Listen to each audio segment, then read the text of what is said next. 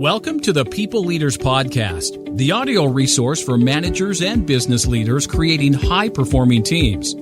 Join leadership and team development experts Jan and Michelle Turkelson each week as they explore both subjects from every angle. Through practical tips, valuable insights, and compelling interviews with leadership experts around the world, you'll learn how to bring out the best in your staff and how to give your best as a leader. Hi, Michelle. Hi, Jan. Another day, another podcast. Oh, yeah, and I'm really looking forward to this podcast because as a lot of the people, particularly in Australia, are going through COVID and the second wave of lockdown, many people are being challenged by this. And so the more that we can support the listeners with whether they're strategies or books to read, then, this is really worthwhile for us too. Right. So that's what. Yeah, that's why we're looking forward. Get the earbuds on and listen in. Okay, so who have we got, Michelle? So today we've got Jamie Shapiro. So Jamie's CEO of Connected EC. Jamie's a certified nutritionist and former triathlete. She also has a best-selling book called Brilliant, Be the Leader Who Shines Brightly Without Burning Out. We love that. And the book is really for anyone, and it's a course in personal discovery with lots of tips on how to cultivate character and become excellent at thriving. Who doesn't want that, particularly now? And Jamie has many clients, and with her clients, they learn about emotional intelligence, how to physically embody leadership, and how to nurture their visionary leadership capacity and engage their self first. That's beautiful. And Jamie's now doing lots with clients around change resiliency, robust virtual organisations, leading with empathy and changing perspective on comfort. So welcome, Jamie. There's so much to talk about. I know. Thank you both for having me. I'm so happy to be with you. Right. Good. Okay, so Jan, do you want to kick off? I know we've got lots of questions. Sure.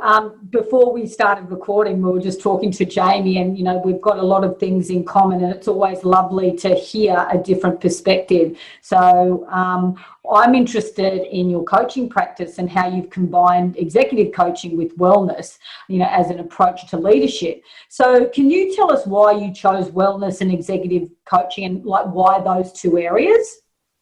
Absolutely. Well, I have to say it was born out of my own experience. I am a former IT executive, and I just watched myself go through these unbelievable cycles of burning bright and burning out, and putting all the business goals ahead of myself, sacrificing everything, having absolutely nothing left for my family, and wondering, wow, what's going on? What is happening to me? And why in these moments am I such a poor leader? Right? When I'm this depleted, why do I have no capacity? And while I had wonderful executive coaches in my career, it was always a very intellectual conversation. How's my communication? How's my strategy? What's going on with team dynamics? But it wasn't questions like, so you're traveling all the time. How's that going? How are you managing that? How are you getting good nutrients into your body? How are you handling all of these clients coming to you and yelling at times? How do you manage that stress? And the answer was, I wasn't doing any of it well. And I used to say I had it all together on the outside, but I was falling apart on the inside. And in the business world, I think a lot of us go through that experience where we keep it together and then we fall apart. And so I knew there was a different way. And in those moments where I was really, really taking care of my full self, that's when my leadership truly magnified. And I think just watching my peers, watching myself, I said, there is something here. There's something so important here to connect the dots, because when we treat our full body as a part of the leadership dynamic, what happens is we actually do reach our peak performance. But that is not the traditional path. So that's why I combined them. I will tell you, when I started my company about a decade ago, it was a very strange thing for people. They didn't know what I was. They're like, are you an executive coach? Are you a health coach? We don't understand what you're doing here. You're odd. So it did take some real time for people to understand what I was trying to do. But now there's so many organizations doing this, and I'm so grateful, because we need an army to change how we think about leadership. Absolutely. Jamie, hearing you say that, you have just sort of spoken directly to Jan and I, because that is definitely, well, that is a path that we took about a decade ago, and it was very woo-woo, talking about mind, body, spirit, or, your emotions and your health. And so we are more than just our intellect, absolutely. And Jan and I, we're always been interested in our own health and well-being, and we know that worked for us. And so why wouldn't, you are more than just, the role that you play as a leader. Yeah. So, Jamie, when you said that when you experienced this disintegration, like on the outside you had it together, on the inside you didn't, and then you started to make a decision about shifting, can you share with us what was the one shift or one particular shift that people listening to could go, okay, that's something perhaps I could do, or just to give us an insight about your story? Well, there's a couple of things that happened for me. I want to talk about kind of the small steps and those like little things that we can do that move things forward that I coach around all the time, because behavioral change does not happen in these big sweeping changes. It's one small step at a time. So yes, there are those small steps. But the first thing I had to do was really say, I'm not fulfilled. This isn't working for me. And being willing to say that out loud is a really hard thing. And I think sometimes taking the first step is about saying, I want something different. And I had to be willing to say that first before I even made any of the behavioral changes necessary. So that's the first thing, is what really is fulfillment. I think sometimes we're chasing happiness, and I don't think that's the right thing to chase. I think, happiness is definitely something that goes up and down, and joy goes up and down, and emotions happen all the time. But I use that word fulfillment because I do believe when we're aligned, mind, body, heart, and spirit, the ups and downs of our emotions are just like those waves, and fulfillment is something that lasts. So that was the first real question I had to ask myself as an executive is, am I truly living into my purpose? Am I fulfilled? Is this working for me? And at the time it wasn't.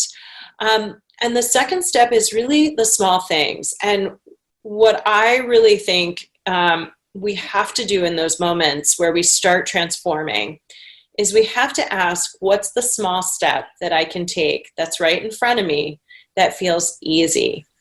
And for me, in that moment where I was really starting to transform my world, one of the small steps that just totally landed for me was getting back into my yoga practice, getting movement, starting slow, being really kind to my body as I had all this intense pressure and stress. And so that's where I started, but that's not the right starting point for everyone. Sometimes the right starting point is just beginning to get hydrated again. We have a chronically dehydrated situation going on, which completely detracts from not only our energy, but our mental clarity, our focus, our engagement. So little things make a huge difference. So even just starting to drink more water can be that keystone habit, that catalyst that starts to take someone on the journey to really transforming into their fulfillment. Beautiful. And I love what you said about fulfillment, because that is such a spiritual word, isn't it? Like to be filled. There's no lack in being filled. Yeah, fulfillment. And also how you said, you started to be kind, to yourself. That's a beautiful reminder. Yeah, isn't that interesting? Well, I know we feel when we have to, when we want to change habits, that we need to, start with a big juicy one. But there is something about, the path of least resistance, and yes. Yeah, it just feels more possible, doesn't it? Which leads me to my next question about self-leadership, because you do require a lot of self-leadership in order to, move in this new direction. Can you talk a little bit about that? What is self-leadership from your perspective? So in our model, which is called the full-bodied leadership model, we have 3 layers. And foundationally, the first layer is vital leadership, which is self-mastery, self-leadership. And then we get into empathetic leadership, which is all about relationships. And then visionary leadership, which is all around community, organization, big picture, global. most leaders, when they start working with me, one of the first things they say is, I want to be more of a visionary leader. Or I want to be more inspirational. I'm like, great, let's take a look at that foundational layer. How are we doing there? And to me, self-mastery is really two things. It's awareness and energy. Do you have the awareness for self? And do you have the energy for self? Do you understand your own emotional landscape? Do you understand your own triggers? Do you understand your own needs?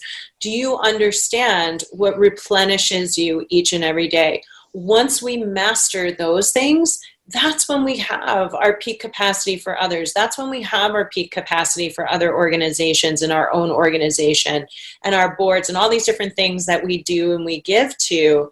But so rarely does someone come to me and say, you know what I'm looking for in an executive coach? I'm looking for self-mastery. That doesn't happen usually. It's usually those other areas that people talk to me about. And I bring us back to the foundation and start at the foundation first. Beautiful. So do you have any stories to share with us, people who've perhaps adopted this mindset and the impact that that has had on their leadership? Absolutely. I have been so fortunate to have some of the most incredible clients. I feel so, so lucky. And I have had the joy of watching their lives transformed. It's not an overnight process. It's not a few month process. I mean, these are people who are in the work day after day and really taking those small steps after small steps after small steps. And I'll just share one client story with you.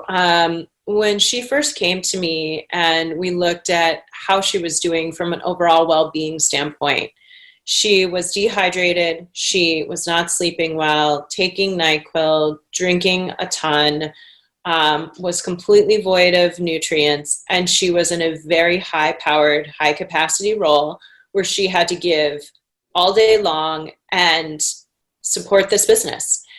And she found herself in the evenings completely crashing, feeling unhappy, feeling isolated.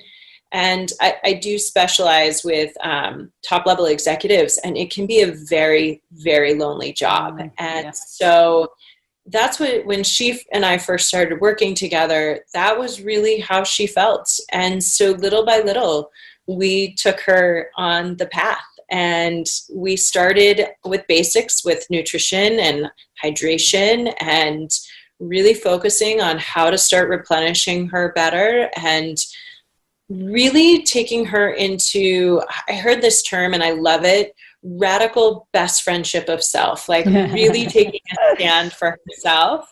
And it's not my term, and I wish I could give credit to the person who said it, but I just love that idea. And what happened was when she took care of her, not only was she transformed, but then her relationships were transformed.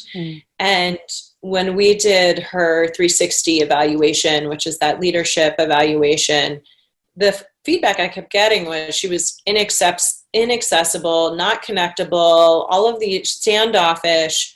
And as she grew in herself, she became connected with her, more connected with her team, more connected with her organization, more connected with her board. And that really not only transformed her, but transformed the team and ultimately the organization.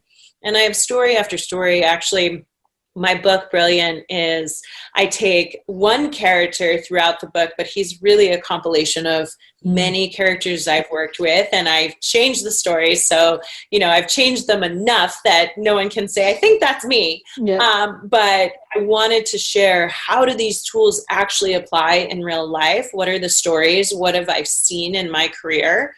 And so Brad, my main character, he goes through the book, and they're all different stories of different clients, because I just wanted to share how this actually transforms people's lives. Yeah, I thought that was such a smart way of sharing information through stories, because that's how we learn, isn't it? Through stories. Yeah.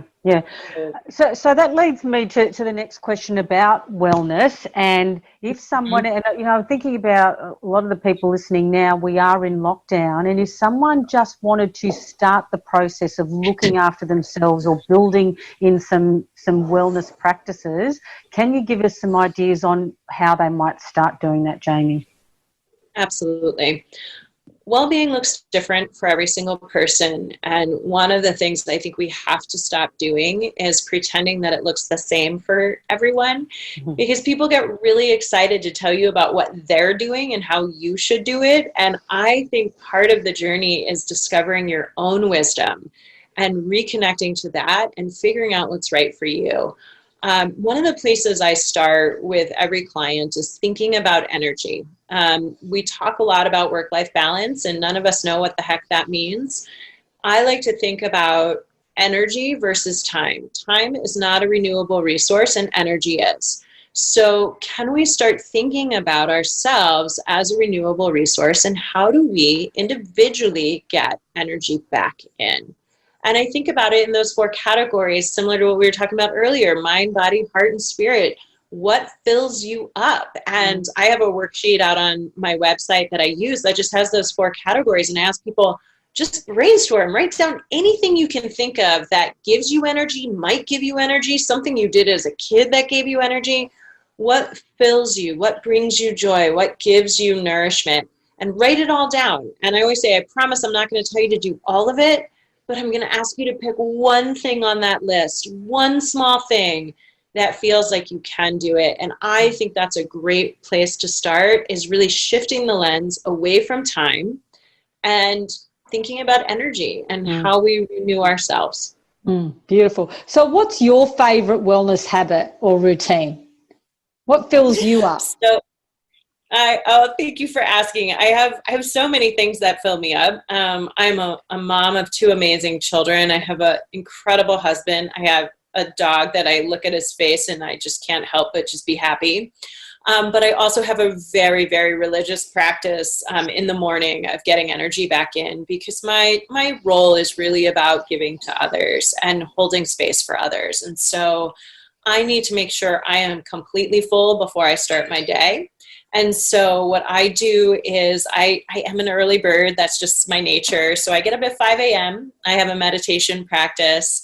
Then I like to do some yoga practice. And then I also love CrossFit. And so I have a wonderful community I get to work out with. And so I will work out with my community, and then I come home, have a nourishing breakfast, and then my kids are waking up, and I can then help them and get them what they need and start my work day. So I really spend those first 2 hours of the day giving to myself so that I have capacity for others. Feeling your own. Win the morning, win the day. That's so true. So Jamie, what are you working on right now? Well, I am fortunate to have wonderful clients that I get to work with all the time. And I am actually just found out that I'm going to be starting my doctorate here in the fall. So I'm pretty excited about that. Congratulations. I'm ready. Thank you. I'm ready to really contribute to the research around this idea of full body leadership. I don't think there's enough research out there connecting the dots between leadership and well-being. And so I really wanted the opportunity to contribute to the research and to bring a lot of that thought leadership to my clients as well. Oh, and it's so needed, isn't it? Because when you look at what actually shifts people's behavior, sometimes you actually have to show them the evidence, the why, what are the facts? Yeah, and I think, having that research is going to really add to the, momentum that we're starting to see about, this wellness, how important it is. Oh, yeah, well, definitely keep us in the loop on that. We would love to, get some information from you to share with our clients on any of the research that you're doing. Or if you want to use some of our clients for your research, yeah, we've got great clients. That's what you need, as we know, when we're doing research, we need people who are willing to answer those surveys. Absolutely. And I fully agree. Like, the momentum is here, and let's just keep going, because I see transformation happening, and the more we can get together and band together and help transform, the better, because we don't change in isolation. We need our community to keep elevating. So I'm just so grateful to know you both and to have the opportunity to talk to you today. Oh, and thank you. So for me, the biggest takeaway was, taking a stand for yourself, and what a potent question. Oh, yeah. Am I taking a stand for myself today? And where was that in that behavior or that action or that thing that I did, to fill myself out? So I really like that. Thank you. What was yours, Michelle? Oh, very similar. It's, the whole, be the best friend to yourself. We were just talking to somebody earlier on a coaching call, and one of their issues is that their self-talk is very negative. And, can you imagine, having, a community, your family, the people that you work with, speaking to themselves with love and support, that's a gift, not only to yourself, but to everyone, to the world, really. So I love that concept. Love it. So, Jamie, is there any last thing that you would want to share with the people listening? Well, I have tons of free resources out on my website, so feel free to grab that. Lots of tools that I use every day with my clients, and so I just hope that you just take that one little step. Really, really take that one step. Take these amazing podcasts that you get to listen to and take action. Take action from that. Oh, awesome. Right. Yeah. You sound we sound very similar. In our message. Yes.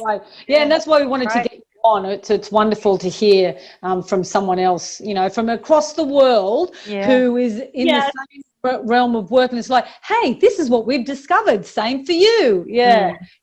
So we're going to link your website in the show notes, and we'll have a look at a resource, and perhaps we might add that in as well. But thank you so much. It's been wonderful to connect.